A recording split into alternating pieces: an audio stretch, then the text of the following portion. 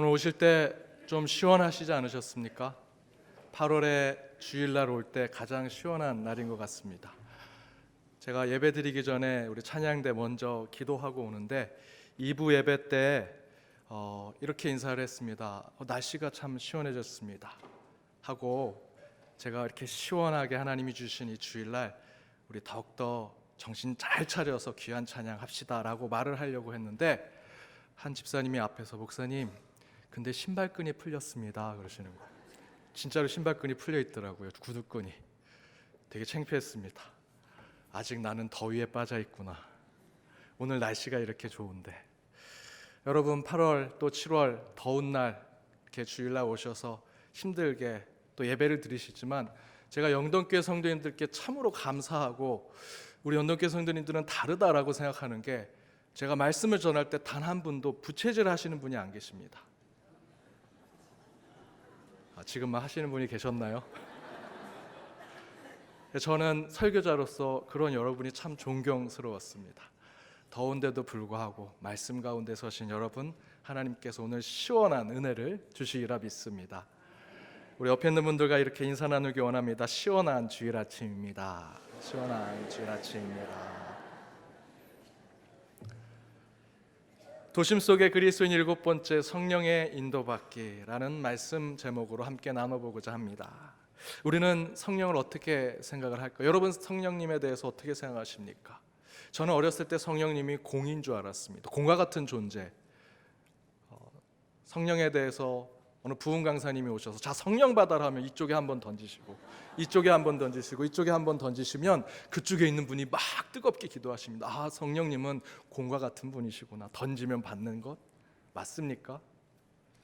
성령을 받으면 히어로나 영웅같이 권능을 받고 능력을 받는 것, 그래서 방언하고 치유하고 병 고치고 죽은 자를 살릴 수 있는 능력을 갖는 것이 성령 하나님이십니까? 포스터를 한번 보시지요. 이게 잘못된 성령에 대한 집회를 하고 그런 목사님들이 광고하는 전단지입니다. 성령을 받으라 라고 표시하고 있습니다. 성령의 권능을 받으면 치유, 예언, 방언, 문제 해결에 탁월하다. 성령의 불을 체험하십시오. 이런 표현도 나옵니다. 성령으로 장풍 쏘는 목사님 사진도 나와 있습니다. 목사, 장로, 선교사, 전도사 다 성령 못 받으면 목회 제대로 못하니 성령 받으러 본인한테 오라고 광고하고 있습니다. 그런데 그 밑에 이렇게 써 있습니다. 등록비 7만 원. 성령 받는데 너무 싸지 않습니까? 이후에 성령 방언 받은 분들은 더 기부할 수 있고 헌금할 수 있습니다 라고도 쓰여져 있습니다. 한 포스터 밑에는 죽을 사람도 살아났어요, 성령 때문에. 여러분 정말 성령을 우리가 이렇게 이해해야 합니까? 성령 하나님을 이렇게 생각하는 것이 바른 신앙의 모습입니까? 여호와 하나님은 구약 성경을 읽으면 조금 알 수 있습니다.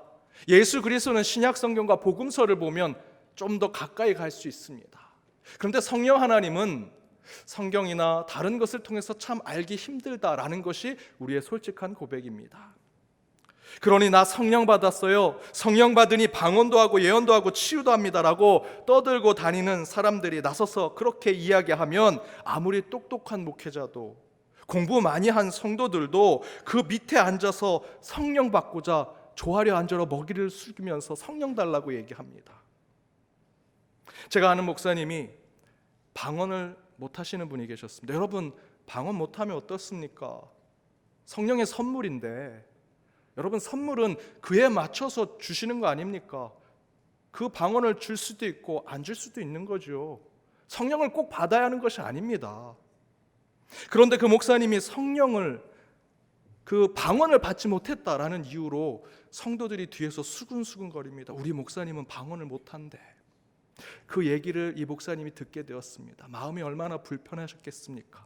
그래서 주일날 예배를 드리고 밤만 되면 몰래 어느 기도원에 가서 권사님 밑에서 방언 훈련을 하셨다고 합니다. 여러분 이게 바른 모습입니까? 여러분 이런 모습은 한국 기독교가 신학의 기초, 신앙의 기초, 믿음의 기초가 빈약하기 짝이 없는 모습을 보여주는 것입니다. 무속 신앙을 가지고 있는 것에 서양 기독교의 껍데기만 둘러싸여 있는 모습을 보여주고 있는 것이요.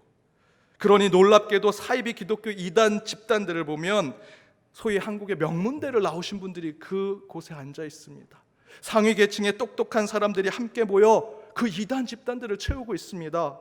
그러면서 그 이단의 지도자들, 그 교주들은 이렇게 자랑합니다. 나는 중학교밖에 나오지 않았는데 성령을 받으니 이 똑똑한 사람들이 내 밑에 이렇게 앉아 있습니다 라고 자랑하고 홍보합니다.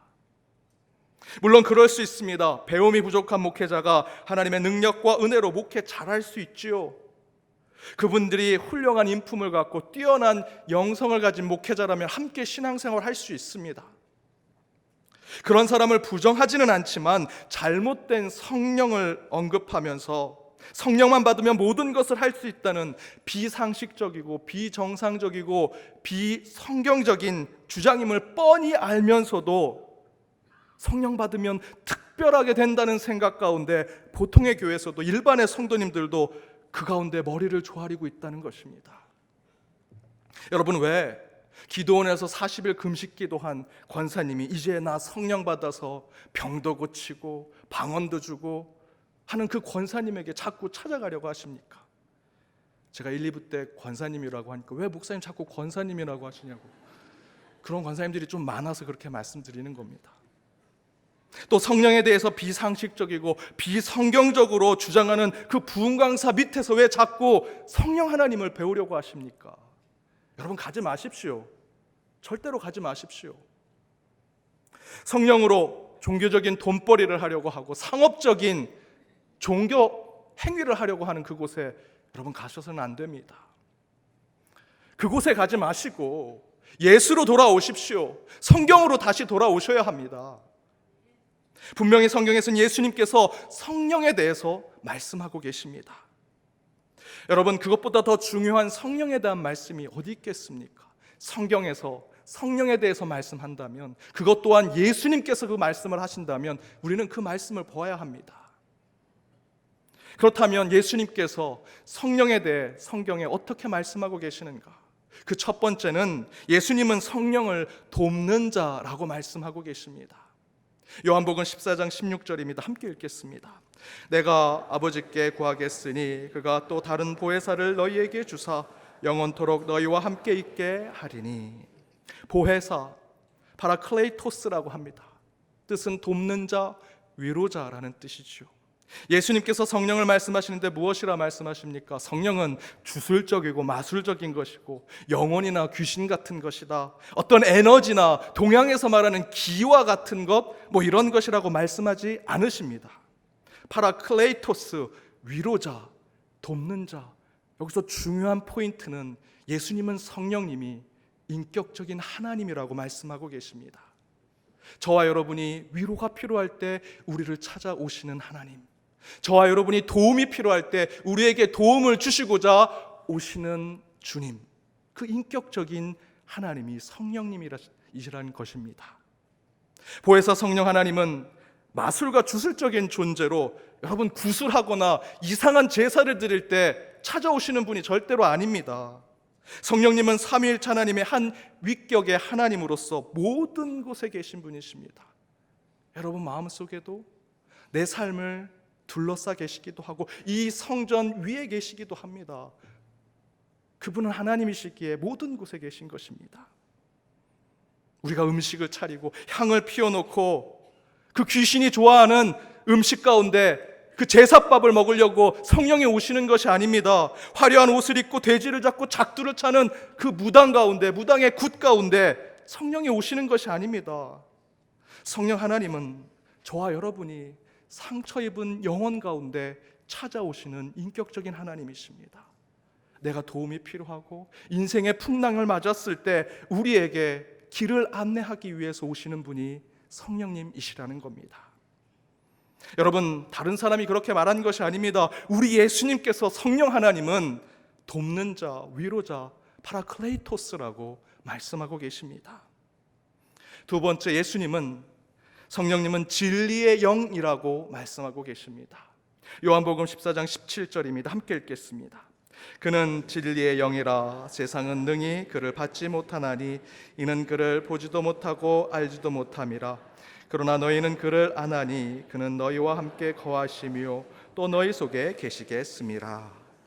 예수님은 성령 하나님을 진리의 영이라고 말씀하고 계십니다. 풀어서 말씀드리면 성령 하나님은 우리를 헛된 철학과 세상의 거짓된 그 모습 가운데 우리를 서게 하시는 것이 아니라 진리 안에 거하도록 만드시는 분이다라는 것이지요.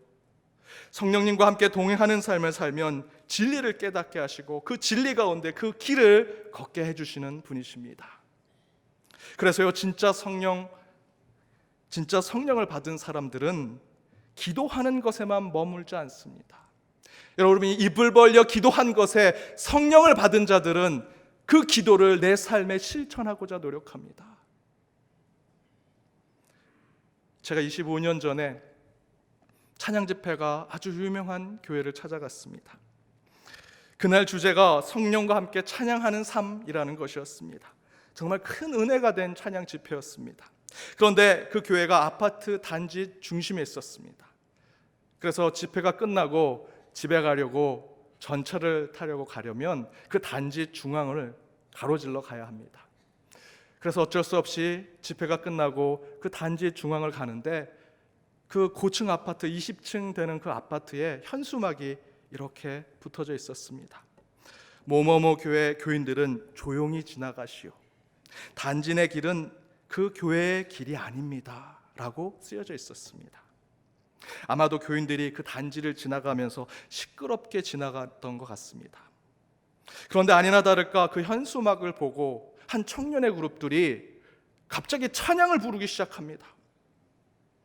막 크게 찬양을, 바로 집회 때 불렀던 그 찬양을 부르기 시작하는 겁니다.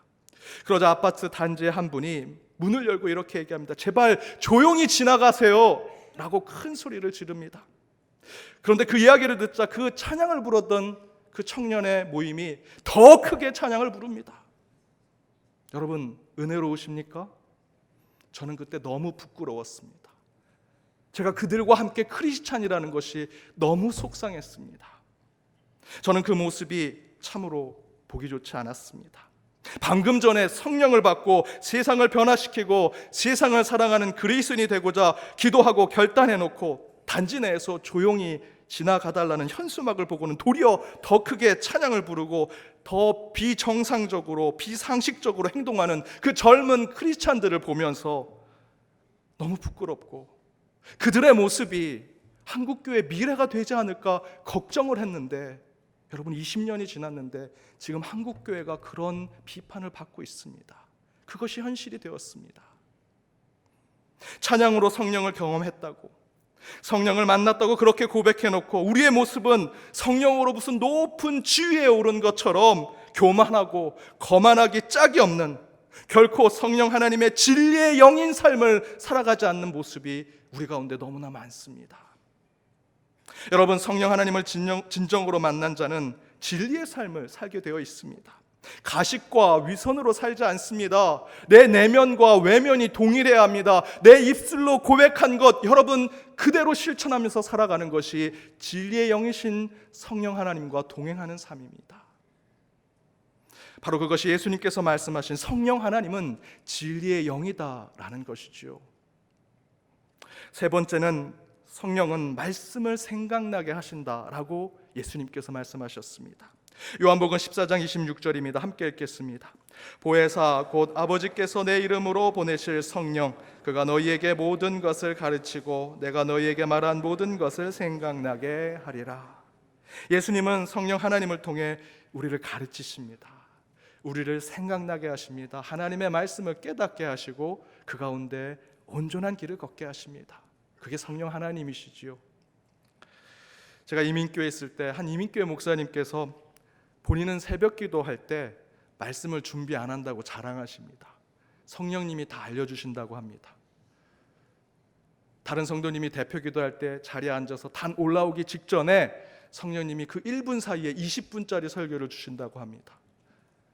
그때 안 주시면 단에 걸어올른 징계에서 하나님이 주신다고, 성령님이 주신다고 그렇게 자랑을 하십니다. 저는 너무 부족해서 설교 한 문장 한 문장을 다 준비합니다. 원고를 작성해서 반복해서 보고 또 보고, 여러분 보여드릴까요? 제 원고는 마치 아이들 이렇게 낙서장처럼 되어 있습니다. 보고 또 보고 색깔을 칠해야 저는 원고를 보고 여러분께 말씀을 전할 수 있습니다. 설교단에서 딴 길로 갈까봐, 인간적인 얘기할까봐 저는 원고에 집중을 합니다.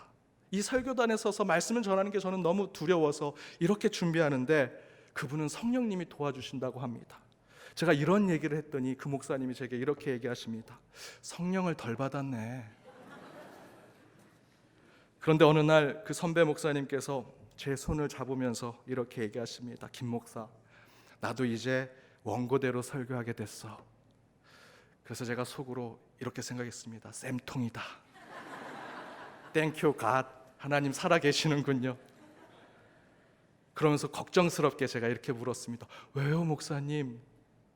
그 목사님이 이렇게 얘기하십니다. 그날 새벽도 원고 없이 단에 올라갔습니다.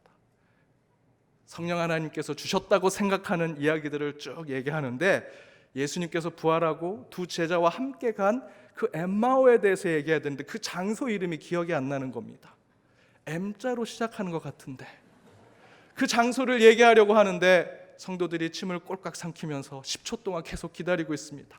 그래서 이분이 이렇게 얘기하셨다고 합니다. M으로 시작하는 그 마을로 가셨습니다.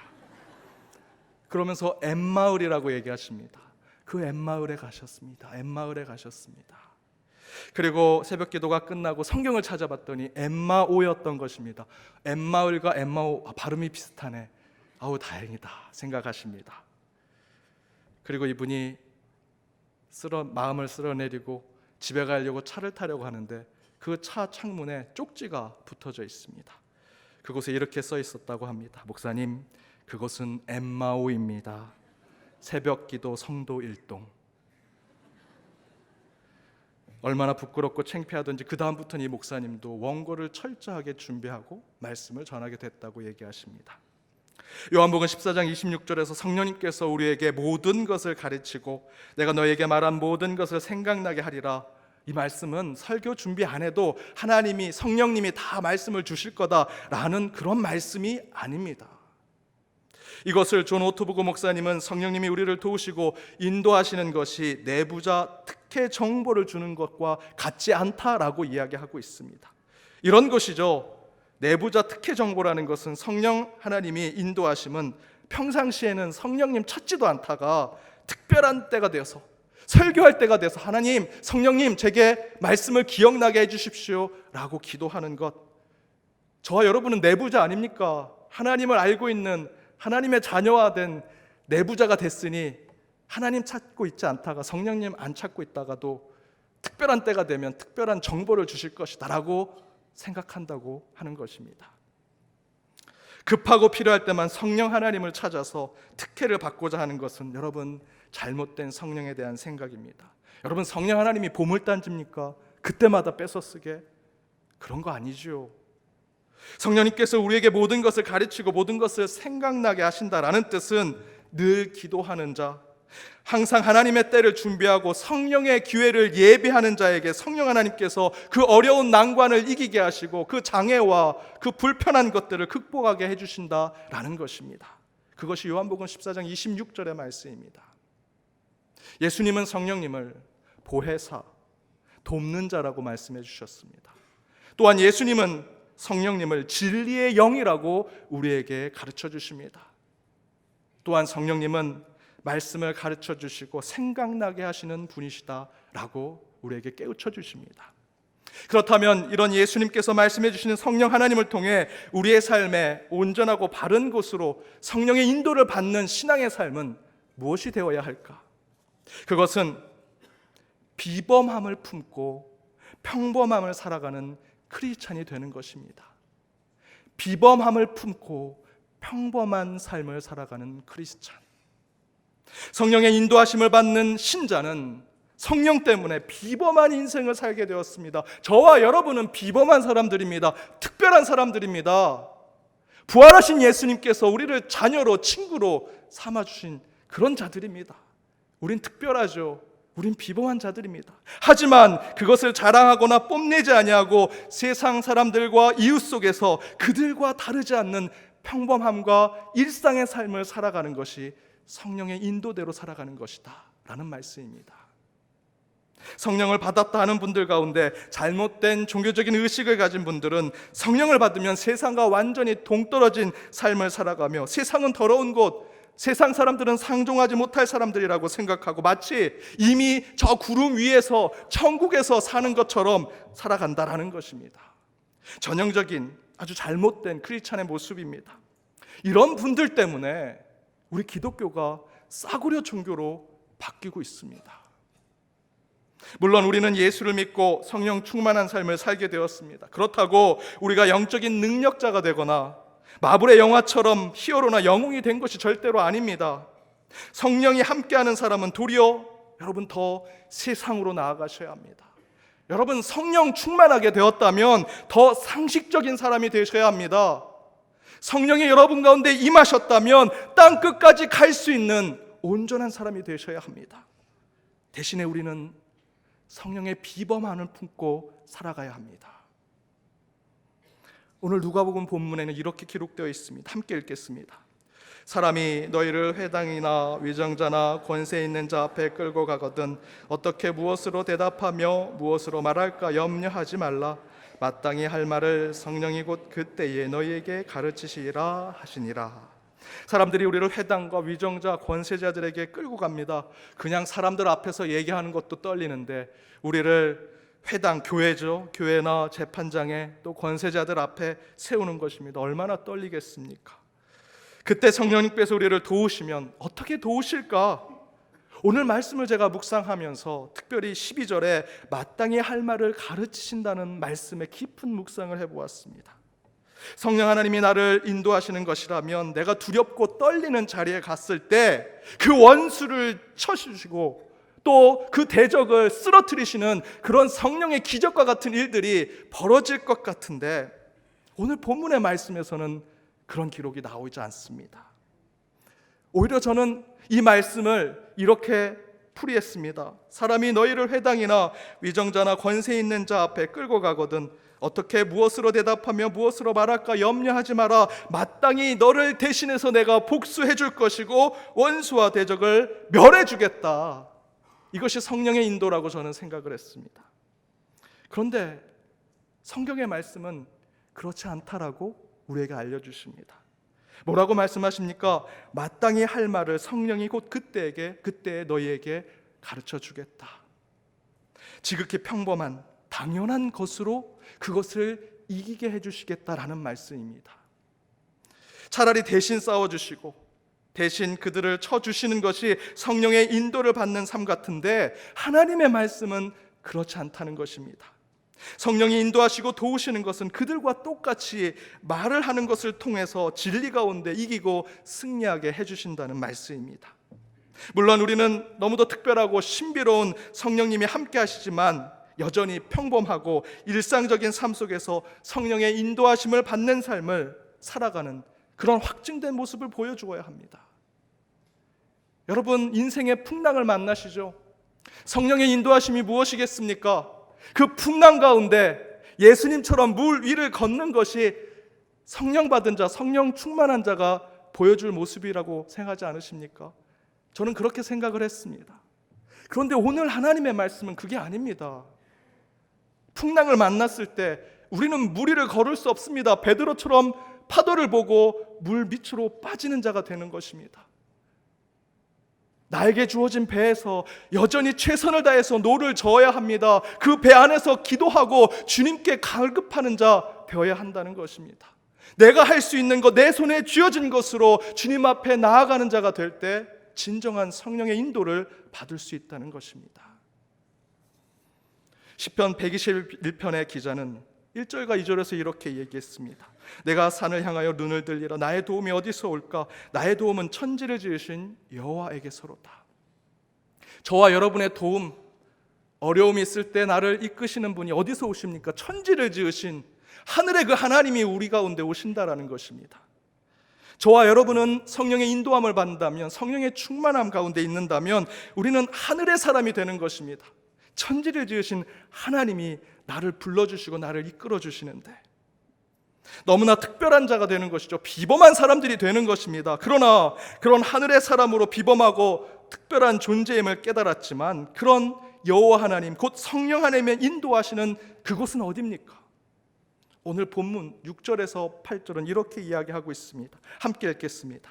낮의 해가 너를 상하게 하지 아니하며 밤의 달도 너를 해치지 아니하리로다. 여호와께서 너를 지켜 모든 환난을 면하게 하시며 또 내 영혼을 지키시리로다. 여호와께서 너의 출입을 지금부터 영원까지 지키시리로다. 낮의 해와 밤의 달까지 모든 환난 가운데 지금부터 영원까지 지키시고 보호하신다. 그 의미가 무엇이겠습니까? 우리의 모든 일상의 삶 속에서 특별한 어느 순간 어느 위치에 올라갔을 때 영적으로 어떤 신비로운 경험을 했을 때 성령 하나님이 우리를 지키신다고 말씀하고 있습니까? 아닙니다. 지극히 평범하고 일상적인 삶, 특별히 8절에서는 이렇게 기록합니다. 너의 모든 출입을 지금부터 영원까지. 저와 여러분의 평범하고 일상적인 그 모든 삶 가운데 성령님이 우리를 지켜 보호하신다라는 것입니다. 저와 여러분은 하늘의 사람이죠. 천지를 지신 하나님이 우리를 보호하신다고 약속해 주셨습니다. 우리는 비범한 사람들입니다. 하지만 성령의 인도하심은 평범한 속에 있습니다. 여러분의 일상 속에 있다라는 것입니다. 여러분, 성령의 인도하심을 받은 사람은 비범함을 품고 살아갑니다. 그러나 우리는 그런 영적인 비범함을 품고 세상 속에서 그러지 않은 척 평범하고 일상적인 삶을 살면서 세상 사람들과 이웃들과 상식적인 관계를 맺으며 살아갈 때 그것이 바로 성령의 인도하심대로 사는 참된 크리스찬의 모습일 것입니다. 바로 그때 우리는 제대로 된 복음을 전할 수 있습니다. 참된 전도와 선교를 할 수 있습니다. 나 성령 받았어? 나 방언할 줄 알아? 나 병도 고쳐? 방언의 통역 은사도 있어? 나는 특별해 라고 하는 모습으로 여러분 세상으로 나아가십시오. 그러면 여러분 전도 선교 하실 수 있겠습니까? 아무도 여러분의 소리 듣지 않을 겁니다. 우리는 이제 비범함을 품고 살아가되 그들과 똑같은 평범한 속에 성령의 사람이 되어야 합니다. 그런 성령의 인도하심을 받고 살아갈 때 하나님은 우리 가운데 땅끝까지 이르는 복음 전도의 능력을 허락하시리라 믿습니다. 저 여러분 어떤 삶을 추구하며 살아가시겠습니까? 우리는 비범한 자들입니다. 성령이 이끄시는 특별한 자들입니다. 그러나 여러분의 일상의 삶 가운데 평범한 삶을 살아가십시오. 여러분의 모든 출입을 지키시는 성령 하나님께서 여러분과 동행하실 것입니다. 기도하시겠습니다. 성부와 성자 성령의 하나님, 주님의 온전하신 말씀을 사모하여 이곳에 나온 모든 심령들을 기억하여 주옵소서. 주님의 말씀에 결단하여 성령의 사람으로 연단하고 훈련하며 살기를 원합니다. 성령 충만함 가운데 비범한 신앙의 삶을 살되 세상에서 참된 복음과 진리를 전하기 위해 평범함과 일상의 삶에서 이웃과 함께 사는 참된 그리스도인들이 되게 하여 주옵소서.